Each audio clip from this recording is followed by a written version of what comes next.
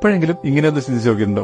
ഇവിടെ നിന്ന് അങ്ങോട്ടൊരു 100 കൊല്ലം കഴിഞ്ഞ് ഒരു 2123 ആകുമ്പോഴേക്കും നമ്മൾ ഒരാൾ പോലും ജീവിച്ചിരിക്കില്ല, അല്ലെ? നമുക്ക് ഒരു പരിചയമില്ലാത്ത ആൾക്കാരാവും നമ്മുടെ വീട്ടിൽ താമസിക്കുന്നത്, അല്ലെങ്കിൽ നമ്മുടെ മക്കള് നമ്മുടെ വീടൊക്കെ ഇടിച്ചു പൊളിച്ച് വേറെ വീട്ടുണ്ടാക്കിയിട്ടുണ്ടാവും. നമ്മൾ ഒരുപാട് ലോണും കടമൊക്കെ വാങ്ങി കഷ്ടപ്പെട്ട് ഉണ്ടാക്കിയ സ്വപ്ന വീടാണ് ഓർമ്മയാണ്. അതുമാത്രമല്ല, ഇന്ന് നമ്മുടേതാണെന്ന് പറയുന്ന അല്ലെങ്കിൽ നമ്മൾ കൈവശം വയ്ക്കുന്ന എല്ലാ സാധനങ്ങളും മറ്റാരുടെയെങ്കിലും ആയിട്ടുണ്ടാവും, കുറെ നശിപ്പിക്കപ്പെട്ടിട്ടുണ്ടാവും. അതൊന്നും വേണ്ട, നമ്മുടെ പിൻതലമുറയിൽ വരുന്ന എത്ര പേര് നമ്മൾ ഓർക്കും ഇങ്ങനെ ഒരാള് ഇവിടെ ജീവിച്ചിരുന്നുവെന്ന അറിവുണ്ടാകും. നമുക്കറിയാം, നമ്മുടെ മുത്തച്ഛന്റെ അച്ഛന്റെ പേര് വെച്ചാൽ നമ്മൾ എത്ര പേർക്ക് പറയാൻ കഴിയും? നമ്മൾ മരിച്ചു കഴിഞ്ഞാൽ കുറച്ച് കാര്യങ്ങളൊക്കെ നമ്മൾ ഓർക്കും. ചിലപ്പോൾ നമ്മുടെ ഒരു ഫോട്ടോ ചുമരിൽ തൂങ്ങും.